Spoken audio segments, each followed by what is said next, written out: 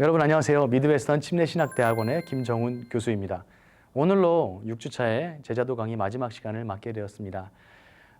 예수 그리스도의 제자가 된다는 것은 우리 모든 그리스도인들에게 당연한 숙제인 줄로만 알았는데 사실 그 이면에 더 놀라운 주님의 은혜와 또 고통과 우리에게 기대하시는 그 놀라운 사랑들을 우리가 확인할 수 있었습니다. 개인적인 영역에서뿐만 아니라 공동체적, 신앙 공동체적 영역에서도 우리가 이 제자도를 함께 고민해야 함을 지난 강의들을 통해서 공부했는데요. 그렇다면 우리가 이제 실제적인 제자 훈련 그리고 제자의 삶을 고민할 때에 그리고 계획할 때에 생각해야 될 요소들에 대해서 실천편 우리 함께 고민해 보도록 하겠습니다. 그러기 위해서 실제로 이 복음주의 진영에서 일어났던 제자 훈련의 모습들을 연구한 조사가 있어서 잠시 소개하려고 합니다.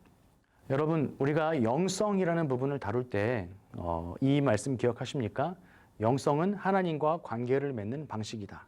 즉, 환경, 그러니까 시대나 상황에 따라서 하나님과 관계 맺는 방법에 있어서 조금 차이를 보일 수 있다라고 말씀을 드렸는데요. 제자 훈련 역시 마찬가지입니다. 시대적인 상황과 그 당시의 문화적인 상황, 즉 환경이라는 부분을 우리가 충분히 고려해야 되는데 방법적인 면만 중요한 것이 아니라 우리가 지금까지 배워온 제자도의 그 원리가 제자 훈련에 잘 녹아져 있어야만 하겠습니다. 그렇기 때문에 역사 속에서 이루어졌던 어떤 제자 훈련의 모습들, 그런 모습들을 정리한 데이비드 베빙턴이라는 학자의 복음주의 사변형을 우리가 잠시 좀 살펴보도록 하겠습니다. 데이비드 베빙턴은 복음주의 진영에서 일어났던 제자 훈련을 크게 4가지로 분류를 해보았습니다. 그 첫 번째가 바로 회심주의입니다. 회심주의는 주로 선교단체를 중심으로 일어났던 운동입니다. 개인의 회심을 중심으로 그 회심을 통해서 복음의 역사와 복음의 전파가 이루어질 수 있다. 이것이 이제 골자가 됩니다. 그래서 이들의 사역은 회심의 중심을 맞추고 있으며 성령의 도우심 가운데 회심하고 중생하는 놀라운 역사들이 일어나게 된다. 즉 부흥의 중심에는 언제나 그리스도 예수로 인한 회심이 있었다라는 사실에 주목하고 있습니다. 물론 이들의 어떤 활동에 대한 평가도 긍정적인 부분과 부정적인 부분이 좀 나뉘긴 합니다. 긍정적인 부분으로는 그리스도인의 가장 기본이 되는 예수 그리스도를 구주로 믿고 인정하는 온전한 회심에 대한 부분을 강조하는 것에는 아무도 이견을 달 수가 없을 것입니다. 그렇지만 지나치게 개인의 회심에 집중하다 보니 공동체적, 특별히 우리 공동체 이외의 다른 공동체와의 연합이라는 면에 있어서는 굉장히 좀 좁은 모습을 보이지 않았나 하는 좀 부정적인 평가도 있습니다.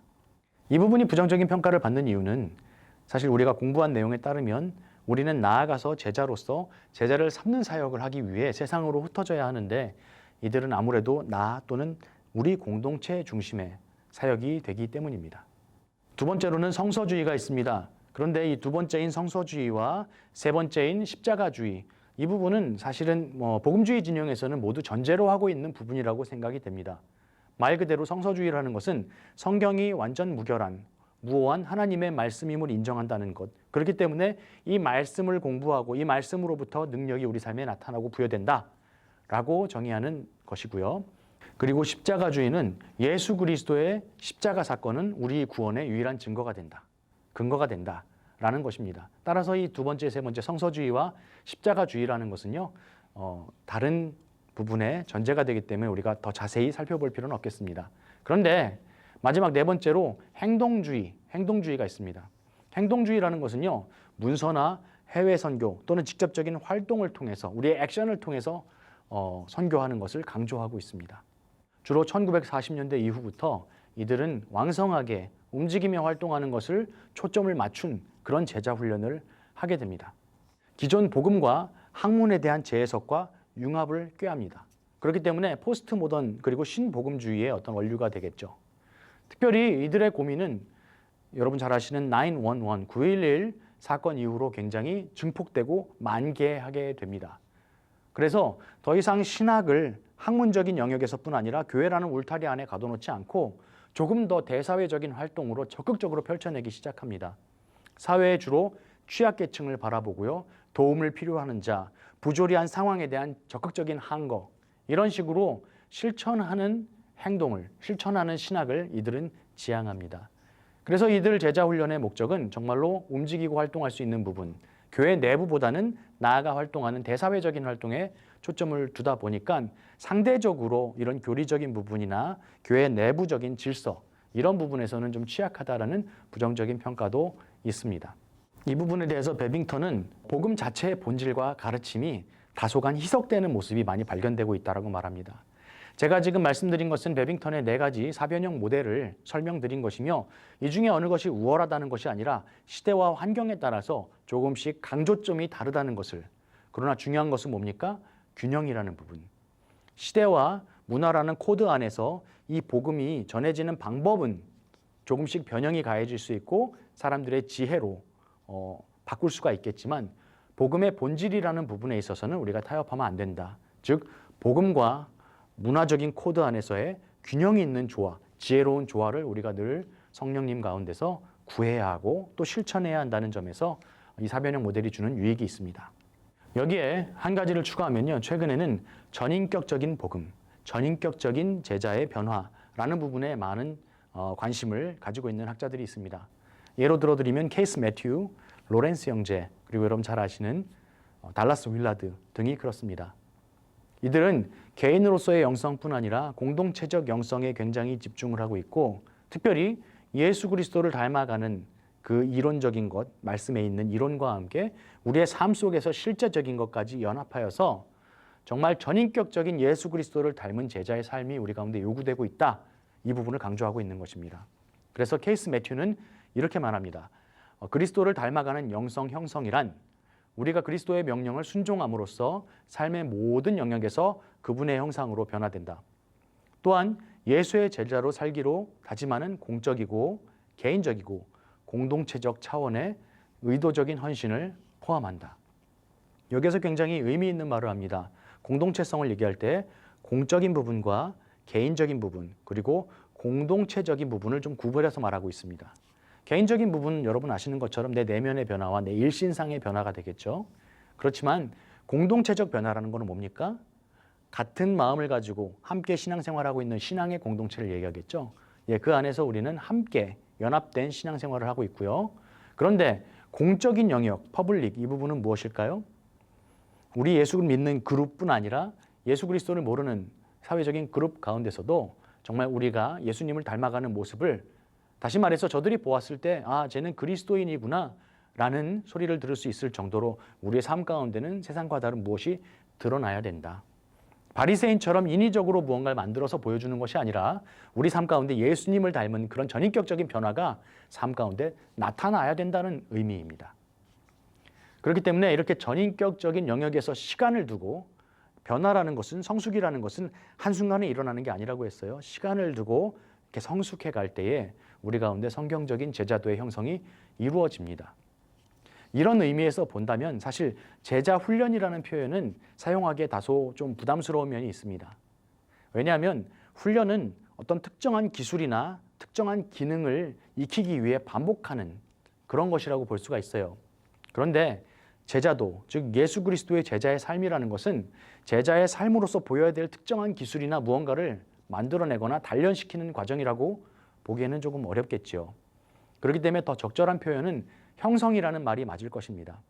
우리가 예수님을 닮아가는 것은 말씀을 통해서 계속돼 주입되는 예수 그리스도에 대한 정보들, 그분의 삶이 우리 가운데 보여주신 교훈들, 그리고 그 삶을 우리가 실천으로 옮겨 보았을 때에 성공했다. 정말 내가 예수님의 원하시는 그 바를 순종했더니 이루어냈다. 또는 순종했는데도 불구하고 실패했어. 그렇지만 내가 뭘 잘못했는지 기도하고 말씀을 보는 가운데 반성하고 또 다른 기회가, 상황이 주어졌을 때 그때 다시 도전해서 내가 그 뜻을 이루어냈을 때, 극한 상황 또는 내가 억울한 상황이지만 그것을 순종했을 때, 이루어냈을 때 주님께서 주시는 평안과 행복은 그제서야 맛볼 수가 있는 것이겠죠. 이 과정을 반복하는 이 훈련의 과정. 그래서 부득이 훈련이라는 표현을 사용하고는 있습니다. 자, 우리는 이렇게 개인적인 영역과 공동체적인 영역에서의 제자 훈련의 모습들, 실제들을 베빙턴의 사변형 모델을 통해 잠시 살펴보았습니다. 이제 앞으로 우리가 계획해야 되는 교회 안에서의 제자 훈련과 또 더 좁혀서는 내 개인이 어떻게 주 안에서 성숙한 주님의 제자로 계속 성숙해 갈 것인가, 이 부분을 계획을 세우고 또 우리 인간적인 노력이 반드시 수반되어야 할 것입니다.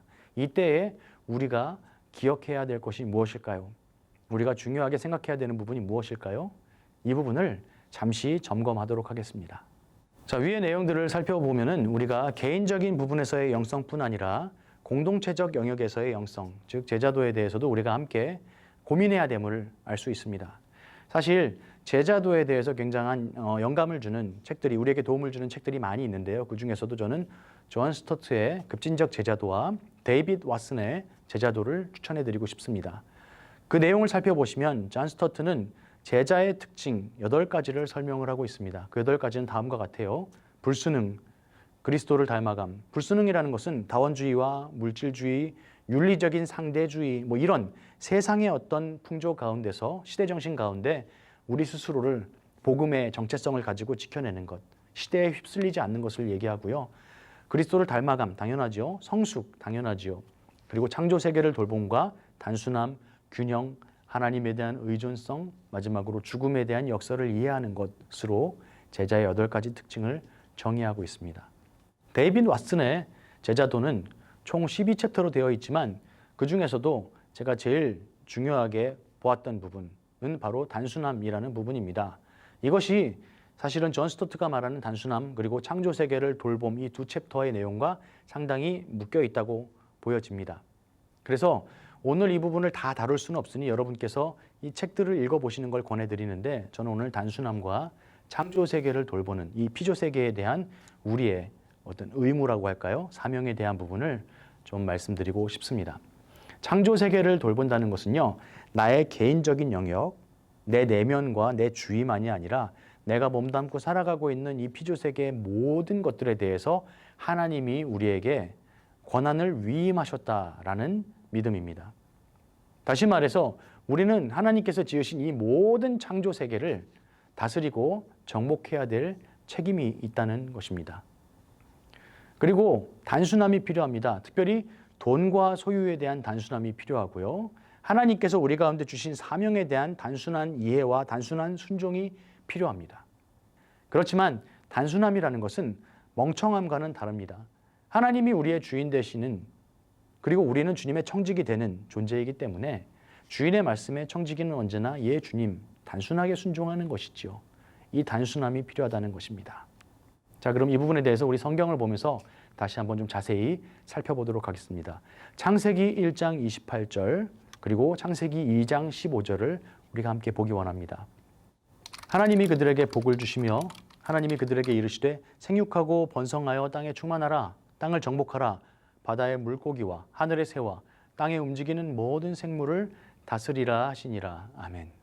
예, 문화 명령으로 잘 알려져 있는 이 말씀 가운데 몇 가지 명령이 나옵니다. 우리에게 복을 주시면서 뭐라고 하셔요? 생육하고 번성하여 땅에 충만하라, 땅을 정복하라, 바다의 물고기와 하늘에서 땅에 움직이는 모든 생물을 다스리라 라고 말씀을 하십니다. 사실 현대를 살아가는 모든 사람들은, 대부분의 사람들은 쉬는 법을 잊고 사는 것 같습니다. 특별히 한국 사람들의 경우는 일과 경쟁에 매몰되어서 쉬는 시간에조차 창의적으로 쉬지 못하고 똑같은 패턴의 오락으로 자신의 쉬는 시간을 소모하고 있다라는 그런 책도 본 적이 있습니다. 놀 줄 모르는 문화, 쉴 줄 모르는 문화가 지금의 지구의 불균형을 가져왔다라고 얘기하고 있는 강연을 들은 적이 있습니다. 그분의 강연을 보면요, 이 에코시스템, 이 생태계 가운데 가장 질 좋은 에너지는 태양 에너지를 통해서 오게 됩니다. 태양을 통해서 이 에너지가 공급될 때 이건 엔트로피가 굉장히 낮고 질이 좋은 에너지고 이 에너지를 말미암아 생태계가 움직이게 됩니다. 그런데 이 에코시스템이 움직이면서 소모하는 에너지는 점점 더 질 나쁜 에너지로 변하게 되고 동시에 엔트로피가 높아지게 되죠. 즉 우리에게 공급되어지는, 주어지는 이 에너지를 우리가 살면서 소화하는 가운데 점점 질 나쁜 에너지가 많아지고 엔트로피가 증가하게 되는 겁니다. 이것이 여러분 잘 알고 계시는 연력학 제2법칙이죠. 이 가운데서 굉장한 불균형이 일어나게 됩니다. 원래만 보아도 지구 한편에 저희가 살고 있는 미국 땅에는 굉장한 가뭄이 있는데 반대편에서는 엄청난 홍수로 인해서 많은 사람들의 생명을 앗아간 사례가 있습니다. 단순히 탄소가스로 인해서 이 지구가 망하고 있다, 라는 얘기가 아니라 심각한 불균형, 공급되는 것에 비해서 우리에게 주어진 것에 비해서 개발의 속도나 개발의 절차가 너무나 무질서하고 난폭해서 우리에게 주신 자연을 잘 다스리고 아끼고 사용하여서 그 가운데서 얻을 수 있는 소산을 우리가 마음껏 누려야 되는데 이게 생산과 이 소비가 너무나 불균형이 일어나면서부터 이 생태계도 굉장히 파괴되기 시작했다는 것입니다. 그래서 그분 강연을 보면은 지구가 지금으로부터 20, 30년 이내에 갑자기 어느 순간 멸망한다고 해도 지금 현재 지구가 직면한 임계치를 본다면 전혀 이상한 것은 아니다라고까지 말씀을 하십니다. 그 강연을 보면서 다시 한번 이 부분에 대해서 생각하게 되었습니다. 여러분, 하나님께서 우리 가운데 허락하신 것, 사람뿐 아니라 우리에게 주신 환경에 대한 책임도 우리는 반드시 생각을 해야 할 것입니다. 그러면 이 부분에 대해서 또 한켠에서는 이렇게 말하는 분들이 있습니다. 무조건적인 개발을 막아야 한다. 우리가 마치 원시시대처럼 아무것도 개발하지 않고 그냥 자연은 있는 그대로 두는 것이 성경적인 것이다 라고까지 말씀하시는 분들도 있습니다. 그렇지만 그 부분은 성경적으로는 옳지 않아 보입니다. 하나님께서는 우리 가운데 모든 것을 주시고 번성하고 정복하고 다스릴 것을 말씀하셨습니다. 창세기 2장 15절을 보시면 이렇게 나와 있습니다. 여호와 하나님이 그 사람을 이끌어 에덴 동산에 두어 그것을 경작하며 지키게 하시고, 그러니까 이 땅을 통한 생산활동, 우리가 필요한 부분들은 충분히 우리가 개발할 수 있게 하셨습니다. 다만 우리가 기억해야 되는 것, 그리고 우리가 지금까지 잊어왔던 부분은 무엇일까요? 청지기 의식이라고 저는 생각합니다. 청지기 의식. 하나님이 주인 되시고 우리 가운데 이 땅을 맡기시고 이 땅에 있는 많은 사람들을 맡겨주셨는데 그 부분에 대해서 우리가 소홀하게 생각하고 너무 안일하게 생각한 것. 달란트 비유에서처럼 한 달란트를 받아서 땅에 그냥 묻어놓고 다시 돌려드리는 것은 하나님이 원하시는 방법이 아닌 것 같습니다. 하나님께서 우리에게 주신 달란트만큼 우리는 최선을 다해서 사용하되 방법에 있어서는 지혜로워야 한다는 것이죠. 그러기 위해 필요한 것이 바로 단순함입니다. 하나님께서 이 땅을 다스리게 하신 원리는 매우 단순합니다. 하나님께서는 우리를 청지기로 이 땅에 보내주셨기 때문에 사람뿐 아니라 자연에 대해서도 힘써 개발해야 됩니다. 그러나 아까 존 스터트가 말한 것처럼 균형이라는 부분을 생각해야 됩니다. 청지기란 주인이 원하는 것을 하는 사람이에요. 그렇기 때문에 하나님은 우리가 이 땅을 마음껏 개간하여서 이 땅의 소산을 우리를 위해서 마음껏 쓰는 것을 원하지 않으십니다. 다만 우리가 마음껏 누리되 욕심에 넘치게 누리는 것이 아니라 이 소산들을 통해서 이 땅의 다른 사람들이 모두 그것을 함께 누리고 평안하기를 원하십니다. 그래서 이 부분에 대해서 깨어있고 하나님이 이 땅을 우리 가운데 맡기셨다는 사실을 아는 우리가 사회적인 부분이나 정치적인 부분이나 이 자연 환경에 대한 부분이나 관심을 가지고 하나님의 공의가 편안하게 펴갈 수 있게 우리가 힘써야 하는 것입니다. 제가 대학 시절 그런 슬로건을 우리 학교에서 많이 보았던 것 같아요. 공부해서 남주자, 잘 되어서 다른 사람 위해 살자. 예. 세상에서는 공부해서 잘 먹고 잘 살자라고 하는데 우리는 공부해서 남주자라는 슬로건으로 대학 4년을 보내왔습니다. 물론 제가 그렇게 살고 있는지 굉장히 좀 반성을 하게 됩니다만 중요한 것은 이거입니다. 개간의 목적이, 발전의 목적이 나의 어떤 재물의 축적을 위해서가 아니라 정말 모두가 잘 살 수 있는, 어려운 사람들을 돌보아 줄 수 있고 하나님이 주신 것을 누리기 위해서 사용하는 자족을 위한 것이어야 됩니다. 이 땅의 자원이 유한합니다. 그런데 우리가 그것을 마음껏 누리고 펑펑 써버린다면 우리의 자녀 세대가 쓸 수 있는 자원은 줄어들겠죠. 제가 갑자기 이런 말씀을 드리니까 마치 무슨 환경운동가처럼 그렇게 갑자기 다른 강의를 하는 것 같은데 실제로 우리가 하나님이 우리에게 허락하신 부분 중에 굉장히 간과하고 있는 부분인 것 같아서 오늘 이 시간을 빌어서 좀 말씀을 드리고 싶었습니다. 양식이 달라져야 함이 필연적입니다. 우리 삶의 모습이 달라져야 합니다. 그러기 위해서 여러분 우리가 환경을 생각한다면 구호로 외치기 전에 우리 삶 가운데 불필요한 소모를 줄여야 됩니다. 가진 것이 너무 많습니다. 우리의 삶에 불필요한 요소를 제거하고 정말 자족할 정도. 예수님이 제자 둘을 보내실 때 지팡이만 달려서 보내신 것처럼, 아니 어떤 복음서에 보면은 그 지팡이조차 주지 않으셨던 것처럼 뭡니까? 온전히 성령 하나님만 의지해서 그 전도 여행을 감당하게 하시는 거잖아요. 여러분 그런 정신이, 그런 중심이 우리 가운데 있어야 할 줄로 믿습니다.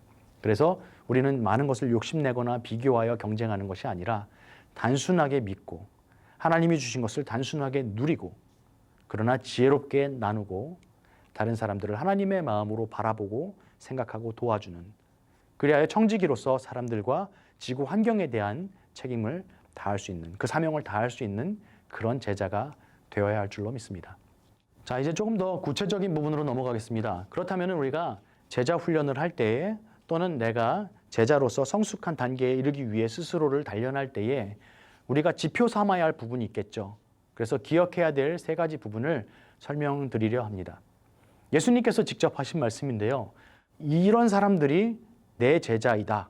즉 이런 모습을, 이런 특징을 가진 사람들은 내 제자인 것을 알 수 있다 라고 말씀하시는 것이 세 가지가 있습니다. 그 첫 번째는 바로 마태복음 16장 24절에 나타나 있습니다. 바로 자기를 부인하고 자기 십자가를 지고 예수님을 따르는 사람입니다. 마태복음 16장 24절 함께 볼까요? 이에 예수께서 제자들에게 이르시되 누구든지 나를 따라오려거든 자기를 부인하고 자기 십자가를 지고 나를 따를 것이니라. 아멘. 자기를 부인한다는 것은요, 이런 내용입니다. 내가 원하는 것이 있는데 예수님이 원치 않으시면 그것을 절제하고 참는 것입니다. 포기하는 것입니다. 반대로 얘기하면요, 내가 하기 싫은 것이 있는데 예수님이 원하신다면 순종하고 하는 것입니다. 자기 십자가는 자기 부인과 동일한 의미이며 한순간이 아니라 매 순간, 삶의 매 순간마다 하나님 앞에서 자신의 일들을 비교하고 하나님 앞에서 자신의 일들을 반성하면서 내가 무엇을 하기를 원하십니까? 주님의 마음을 궁금해하는 것이라고 볼 수가 있겠습니다. 그리고 이것이 나의 삶에 실제적으로 행동으로 드러나는 것. 이것이 바로 마태복음 16장 24절의 말씀이라고 하겠습니다. 여기서 자기 부인이라는 것은요, 결국 내가 원하는 것이 있음에도 불구하고 하나님이 원치 않으시면 안 하는 겁니다. 반대로 얘기해서 내가 원치 않는 것이 있어도 하나님이 원하시면 하는 것이죠. 그렇게 자기 부인이라는 것과 자기 십자가를 진다는 것이 결국 같은 의미로 쓰여지고 이것은 삶의 매 순간 일어나는 것입니다.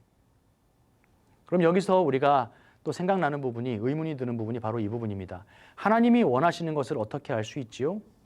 하나님이 이것을 기뻐하신다는 것을 어떻게 확신할 수 있을까요?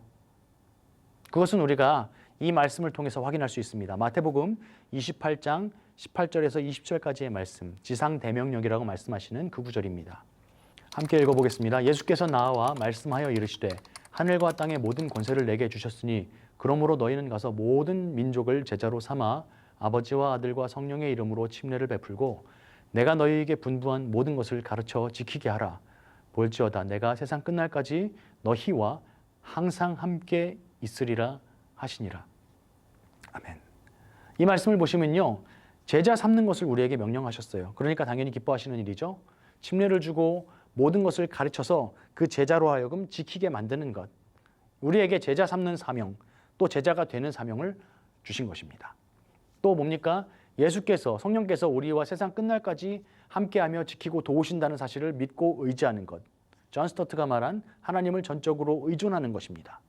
자, 두 번째는 너희가 서로 사랑하면 나의 제자인 줄 알리라 말씀하셨습니다. 그리고 세 번째는 너희 가운데 선한 열매를 맺고 있느냐, 열매로 너희를 알리라. 또는 너희가 선한 열매를 많이 맺으면 내 제자인 줄 알리라 라고 말씀하셨는데 이 두 번째의 사랑과 세 번째의 선한 품성, 선한 성품이 굉장히 밀접한 관계가 있습니다. 그렇기 때문에 이 두 가지를 함께 묶어서 설명을 드려보겠습니다.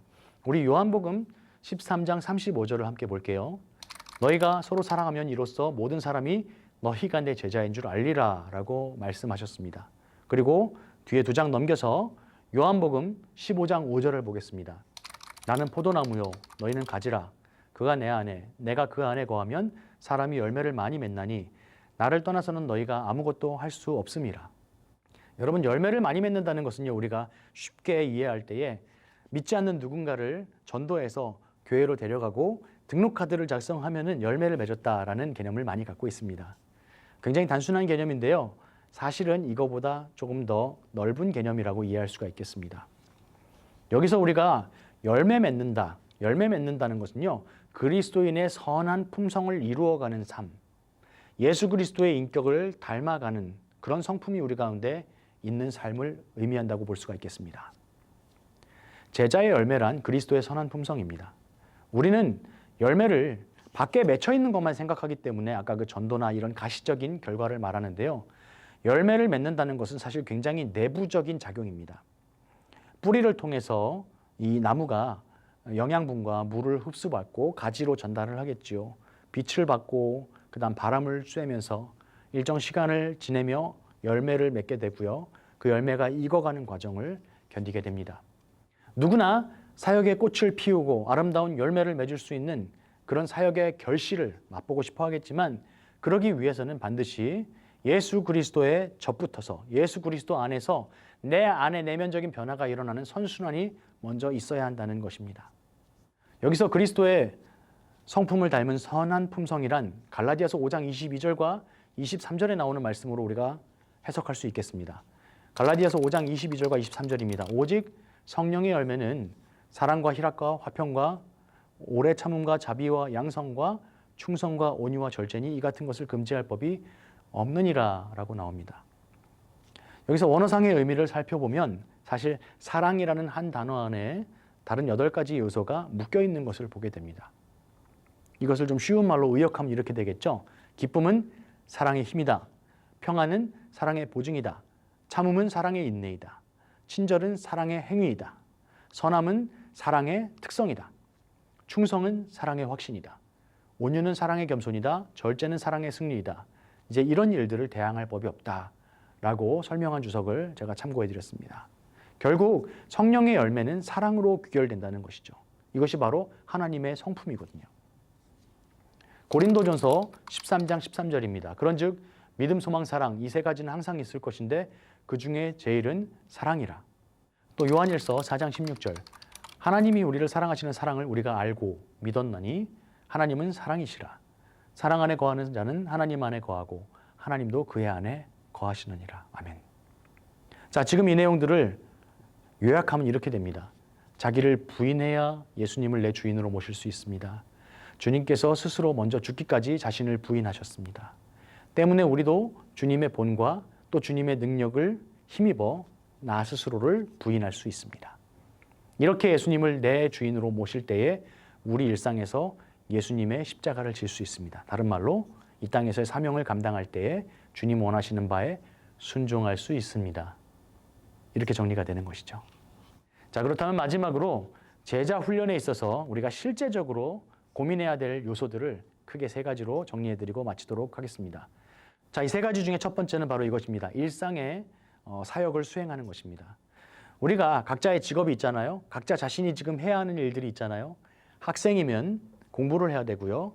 또 어떤 직장에서 일하신다면 그 직장이 요구하는 롤을 여러분 충성되이 감당하셔야 됩니다. 예수 그리스도의 제자는 마치 베드로가 그물을 버린 것처럼 세상의 모든 것들을 다 내팽개치고 예수님 일만을 하는 것 또는 교회 일에만 순종하는 것. 그래서 때로는 가정의 불화를 일으키기도 하고 다른 사람들과의 마찰을 일으키기도 하는데 그것은 좋은 방법이 아니고 전혀 성경적이지 않습니다. 성경이 요구하는 바는 우리가 청지기로서 하나님의 일을 감당할 때에 우리에게 맡겨진 모든 일들에 충성하기를 원하고 계십니다. 그렇기 때문에 우리의 일상에 주어지는 날마다 우리에게 주어지는 자기 십자가의 환경뿐 아니라 우리에게 일상에 주어진 그 롤들도 충분히 충성되이 감당하셔야 됩니다. 자, 2번째는요. 영성 훈련이에요. 경건의 훈련이죠. 이거 많이 말씀을 드렸지만 조용한 시간에 새벽 기도를 하셔도 좋고요. 금식과 말씀 묵상을 통해서 가장 먼저는 우리에게 공급돼야 되는 양식이 무엇이냐? 하나님의 말씀입니다. 이것은 다른 것으로 대체할 수가 없어요. 말씀에 대한 충분한 공부와 묵상을 하셔야 되고요. 교회 공동체의 교제를 통해서 우리는 영적인 성숙을 이룰 수 있습니다. 이처럼 우리 일상에서 일어나는 일들을 통해서 영성의 훈련을 우리가 의식하고 계속 반복해야 됩니다. 마지막으로 제일 중요한 것, 우리가 의도적으로 플랜을 짜서 계획하고 훈련을 하는 것도 중요하지만 사실 신앙생활이라는 것은요. 성령님의 도우심이 없다면, 성령님의 방향 지시, 즉 인도하심이 없다면 아무런 의미가 없어져 버립니다. 베드로전서 2장 21절과 22절의 말씀을 함께 볼까요? 이를 위하여 너희가 부르심을 받았으니 그리스도도 너희를 위하여 고난을 받으사 너희에게 본을 끼쳐 그 자취를 따라오게 하려 하셨느니라. 여러분, 성령의 도우심과 그분의 음성에 순종하는 것은 필수적입니다. 앞 강의에서 다룬 바와 같이 영성훈련이라는 부분에는 반드시 내 육신의 단련도 포함되어 있습니다. 그렇기 때문에 특별히 우리 교회에서 또는 신앙의 공동체에서 사역하시는 우리 모든 리더들은 반드시 육신의 건강함도 챙기셔야 됩니다. 의도적으로 시간을 정해서 운동도 하셔야 되고 육신의 강건함을 통해 생각의 강건함을 얻으셔야 되고 몸과 마음의 강건함을 통해서 우리가 영적으로도 충분히 하나님의 일을 감당할 수 있도록 순종할 수 있도록 건강한 모든 상태를 유지하시는 게 매우 중요하겠습니다. 그리고 인내와 절제가 부족한 사람들이 있습니다. 저 같은 사람이 되겠죠. 이런 사람들은 어떻게 하나님의 말씀에 순종할 수 있을까요? 괜찮습니다, 여러분. 여러분이 앞으로 만나게 되고 사역하시게 되는 많은 사람들은 정말 다양한 형편의 사람들이 있을 것입니다. 그런데 공통적으로 가장 먼저 시작되고 요구되는 부분이 어디입니까? 말씀을 읽는 것. 하나님을 아는 것에서부터 이 훈련이 시작되어야 할 것입니다. 저는 여러분 모두가 말씀의 능력을 믿고 있다고 생각합니다. 그리고 제자 훈련이라는 것은, 제자도라는 것은 그 방향을 알기 위해서는 반드시 하나님께서 말씀하신 것, 즉 우리에게 주신 하나님의 말씀은 무엇입니까? 어떤 사람이 기도해줘서 예언을 해줬다, 이런 부분은 상당히 위험합니다. 우리는 철저하게 말씀 중심으로 가야 되기 때문에 하나님께서 당신의 뜻을 우리 가운데 가장 명백히 분명히 보여주신 하나님의 말씀을 읽고 그 말씀을 깨닫게 하시는 하나님의 도우심을, 성령님의 도우심을 받아 우리가 그 길을 확인하고 날마다 순종하며 살아가야 할 것입니다. 그러기에 요한복음 1장 14절 말씀이 육신이 되어 우리 가운데 거하시니 성육신하시는 그 말씀, 우리 가운데 임재하시고 내주하시는 성령님의 그 확실한 능력을 우리가 붙들고 의지해야 됩니다. 요한복음 10장 16절입니다. 그들도 내 음성을 듣고 한 무리가 되어 한 목자에게 있으니라. 그렇죠? 예수님과 늘 동행하고 예수 그리스도의 말씀을 묵상할 때에 그분의 음성을 분별할 수 있는 지혜로운 양이 될 수가 있습니다. 누가복음 24장 27절에 보면은 정말 예수님의 죽으심 이후에 부활의 그 큰 능력을 경험하지 못하고 어깨가 쭉 처져서 걸어가고 있는 두 제자의 모습이 나옵니다. 그런데 그 제자에게 예수님이 오셔서 말씀을 하시는데 제자들은 누군지를 깨닫지를 못해요. 그런데 그 상황에서 분명한 변화가 한 가지 일어나는데 예수님이 떠나시고 난 후에 한참 말씀을 들은 이 두 제자 가운데 마음에 뜨거움이 솟아올랐다고 해요. 인생의 절망 가운데서 이들에게 뜨거운 마음이 솟아오르게 한 것은 예수님인지 인지하지 못했음에도 불구하고 예수님께서 당신의 복음을, 하나님의 말씀을 그들 가운데 주셨기 때문입니다. 우리 누가복음 24장 27절의 말씀 보겠습니다. 이에 모세와 모든 선지자의 글로 시작하여 모든 성경에 쓴 바 자기에 관한 것을 자세히 설명하시니라. 자기 자신, 예수님인 것을 인지하지 못하는 제자들에게 예수님은 당신에 대한 성경의 모든 기록을 증거하심으로써 예수님의 죽음 이후 절망해 있는 그들의 마음 가운데 다시 한번 부활의 불씨를 올려주신 것이죠. 이것이 말씀의 능력입니다. 예수님의 모든 능력은 하나님께 기도함으로부터 시작이 되었음을 당신의 공생애를 통해서 보여주셨고 동시에 예수님의 전생애가 말씀의 성취, 다시 말해서 하나님의 능력, 하나님의 말씀에 순종하는 장면들을 연출하고 있습니다. 그렇기 때문에 여러분, 우리가 모든 훈련에 있어서 가장 근간에는 방법이 아니라 말씀에서 시작해야 된다는 것을 우리는 꼭 기억하셔야 할 것입니다.